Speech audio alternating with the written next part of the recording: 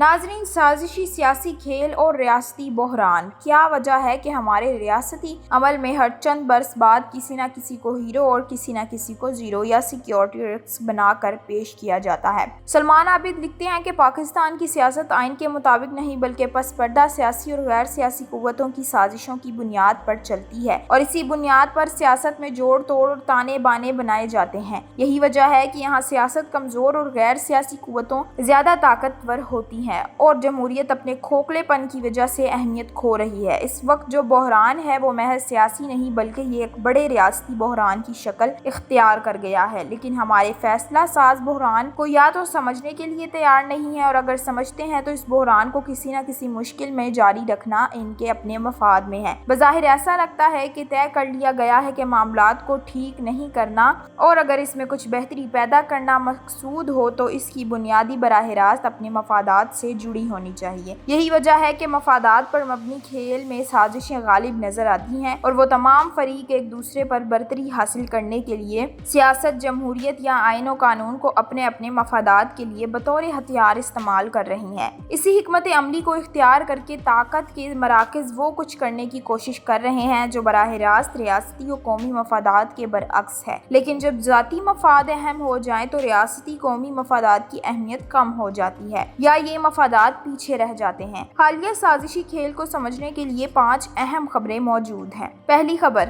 حکومت اور اسٹیبلشمنٹ نے طے کر لیا ہے کہ سپریم کورٹ کے فل بینچ نے مخصوص نشستوں پر جو فیصلہ پی ٹی آئی کے حق میں دیا ہے اس پر وہ الیکشن کمیشن کسی بھی صورت میں عمل درآمد نہیں کریں۔ اس لیے عدالتی فیصلے کو چیلنج کیا جائے اور سپریم کورٹ میں 4 نئے ایڈ ہاک ریٹائرڈ ججوں کے تقرری سے اس فیصلے کو اپنے حق میں کیا جائے۔ دوسرا، سپریم کورٹ نے اگر فیصلہ تبدیل نہ کیا، اس صورت میں حکمران اتحاد اور اسٹیبلشمنٹ مل کر ملک میں ایمرجنسی یا ایمرجنسی پلس لگا کر تمام ججوں اور سیاسی نظام کو بھی لپیٹ سکتے ہیں۔ اس لیے عدلیہ اور ججوں کو پیغام دیا گیا ہے کہ وہ اس فیصلے پر نظر ثانی کریں۔ اس فیصلے کے تناظر میں صدر مملکت آصف علی زرداری اور آرمی چیف کی 2 گھنٹے پر محیط ملاقات کو بھی اہم حلقوں میں اہمیت دی جا رہی ہے۔ تیسرا، وفاقی حکومت نے ایک اعلان کے مطابق پی ٹی آئی پر مکمل طور پر پابندی لگانے کا فیصلہ کیا ہے، اور اس کے بقول حکومت کے پاس ایسے شواہد موجود ہیں جن سے ثابت ہوتا ہے کہ پی ٹی آئی بطور جماعت ملک دشمنی اور ریاست دشمنی کے عمل میں شریک ہے۔ چوتھا،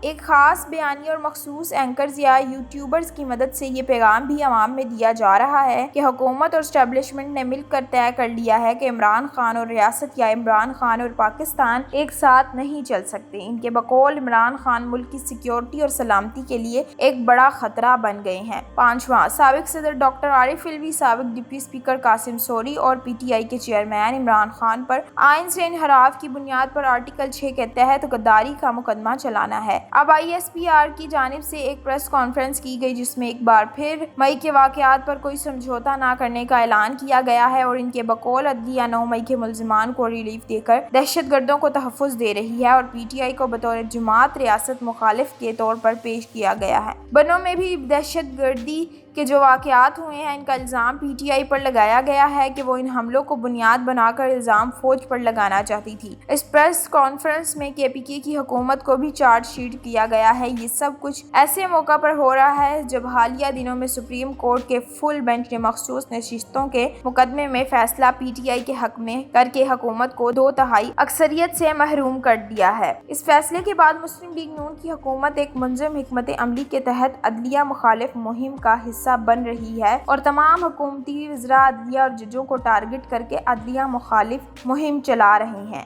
ایمرجنسی کی جو لوگ بھی باتیں کر رہے ہیں ہمیں بھی اس پر اپنی اپنی سطح پر سخت مزاحمت کرنی چاہیے، کیونکہ پہلے ہی پاکستان میں جمہوری عمل کمزور بنیادوں پر کھڑا ہے اور ہم بھی ابھی تک جمہوریت کے سلسلے میں ارتقائی عمل سے گزر رہے ہیں۔ ناظرین، حکومت کو شدید تنقید کا سامنا ہے۔ ایسا لگتا ہے کہ حکومت اور اسٹیبلشمنٹ نے مل کر طے کر لیا ہے کہ وہ اعلیٰ عدلیہ کے فیصلے کو تسلیم نہیں کریں گے، اور اس لیے وہ آخری حد تک جانے کے لیے بھی تیار ہیں۔ اس پورے پورے کھیل کے تناظر میں کہا جا سکتا ہے کہ ہم نے ماضی کی غلطیوں سے کوئی سبق نہیں سیکھا اور ماضی میں مختلف سیاستدانوں کو سیکیورٹی رسک قرار دے کر ہم نے کون سی اپنی سیاسی اور معاشی سمت درست کر لی ہے۔ کیا وجہ ہے کہ ہمارے ریاستی عمل میں ہر چند برس بعد کسی نہ کسی کو ہیرو اور کسی نہ کسی کو زیرو یا سیکیورٹی رسک بنا کر پیش کیا جاتا ہے۔ بھٹو ہوں، بے نظیر ہوں، نواز شریف ہوں یا اب عمران خان، سب کو اس ملک میں سیکیورٹی رسک جیسے القابات سے نواز کر ان کے ساتھ پاکستان نہ چلنے کی باتیں کی گئیں، مگر سب سے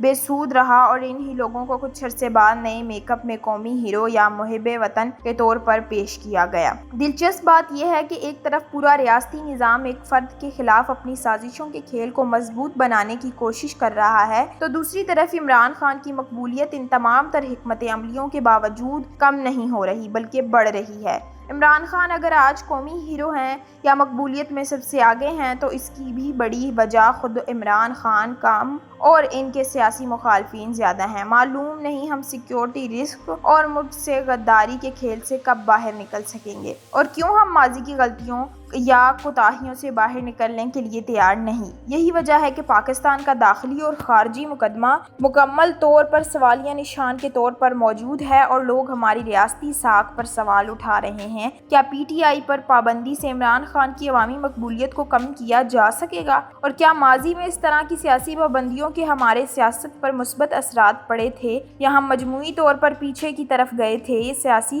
جماعتوں کا مقابلہ سیاسی حکمت عملی اور سیاست کی بنیاد پر ہی کیا جا سکتا ہے اور جو بھی غیر سیاسی حکمت عملیاں سیاسی قیادت یا سیاسی جماعتوں کے بارے میں اختیار کی جائیں گی وہ نتیجہ خیز نہیں ہوں گی۔ 2024 کے انتخابات سے ریاستی حکومتی نظام کو سبق حاصل کرنا چاہیے۔ پوری پی ٹی آئی پر بطور جماعت پابندی تھی، اس سے انتخابی نشان چھین لیا گیا۔ سیاسی مہم اور انتخابی مہم پر پابندی تھی اور اس کے امیدواروں کو ہراساں کیا جا رہا تھا، گرفتار کیا جا رہا تھا یا تشدد کی مدد سے پارٹی چھوڑنے پر مجبور کیا جا رہا تھا، لیکن اس ساری منفی مہم کے باوجود لوگوں نے پی ٹی آئی کو ہی ووٹ دیا اور آج پی ٹی آئی فروری 2024 کے انتخابات کے بعد ایک سیاسی حقیقت ہے۔ اس حقیقت کو ہر سطح پر تسلیم کیا جانا چاہیے۔ سیاسی جماعتوں پر پابندی کے اثرات منفی ہوتے ہیں اور اس سے قومی سیاست میں بلا وجہ کے سیاسی انتہا پسندی پیدا ہوتی ہے، خاص طور پر جب ملک کا مجموعی ووٹ بینک ایک جماعت کے پاس ہو، پارلیمنٹ اور سینٹ میں وہ اس وقت اکثریتی جماعت ہو اور تمام تر پابندیوں کے باوجود لوگ پی ٹی آئی سے جڑے ہوئے ہیں، تو ایسی پابندی کو کون قبول کرے گا؟ عالمی برادری میں اس طرح کی سیاسی پابندی سے ہم کیا حاصل کر سکیں گے؟ ماں سوائے بدنامی کے دلچسپ بات یہ ہے کہ اس وقت اس سارے سازشی کھیل میں سہولت کاری کے فرائض قومی سیاسی اور جمہوری جماعتیں انجام دے رہی ہیں۔ مسلم لیگ نون اس پورے کھیل میں پیش ہے اور ایسا لگتا ہے کہ اس نے عمران خان کی دشمنی اور اسٹیبلشمنٹ کی سہولت کاری میں آخری حد تک جانے کا فیصلہ کر لیا ہے۔ حالانکہ مسلم لیگ نون میں خود بھی قیادت کی ان پالیسیوں پر شدید تحفظات ہیں، لیکن ایسا لگتا ہے کہ مسلم لیگ نون کو محض شریف خاندان کے سیاسی مفادات کو بنیاد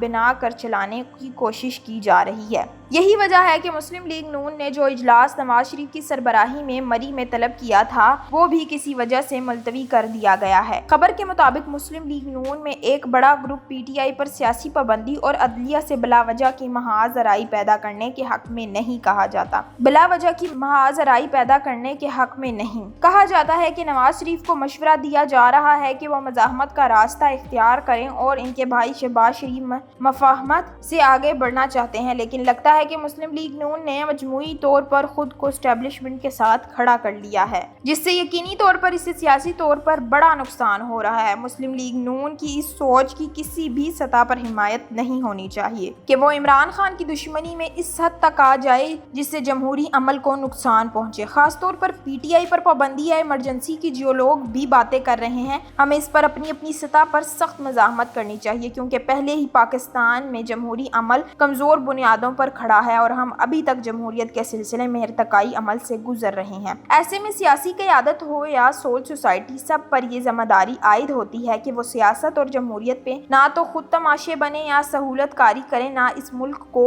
تماشا بنائے، کیونکہ ہم پہلے ہی ایک بڑے ریاست بحران سے گزر رہے ہیں۔ ایسے میں ہمیں سیاسی اور جمہوری اصولوں کی بنیاد پر آگے بڑھنے کی حکمت عملی اختیار کرنا ہوگی۔ پاکستان کو آگے بڑھانا ہے یا داخلی اور خارجی محاذ پر اپنی سیاسی ساکھ قائم کرنی ہے، ہے تو پھر آئین و قانون کی حکمرانی اور سیاست کو جمہوری بنیادوں پر چلانے کی طرف سے توجہ دینی ہوگی۔ اسٹیبلشمنٹ سے جڑے لوگوں کو بھی سمجھنا ہوگا کہ پاکستان کو ایک ایسی تجربہ گاہ نہیں بنانا چاہیے جو ہمیں مزید بحرانوں کی طرف دھکیلے، کیونکہ جب ہم سازشوں کی بنیاد پر اپنی سیاسی حکمت عملی ترتیب دیں گے یا اس کو بنیاد بنا کر آگے بڑھیں گے تو اس کے نتیجے میں ملک مزید پیچھے کی طرف جائے گا، کیونکہ حکومت یا اسٹیبلشمنٹ جب ایک ہو کر عدلیہ کو ٹارگٹ کریں گے یا اس کے خلاف مخالفانہ مہم چلائیں گے تو یہ ٹکراؤ خطرناک ہوگا اور اس کے نتیجے میں سیاست اور جمہوریت کو کوئی فائدہ نہیں ہوگا۔ اگر کسی سیاسی جماعت یا سیاسی لیڈر سے ریاست اور حکومت کی سطح پر اختلافات ہیں تو ان اختلافات کو حل کرنے کے لیے سیاسی حکمت عملی،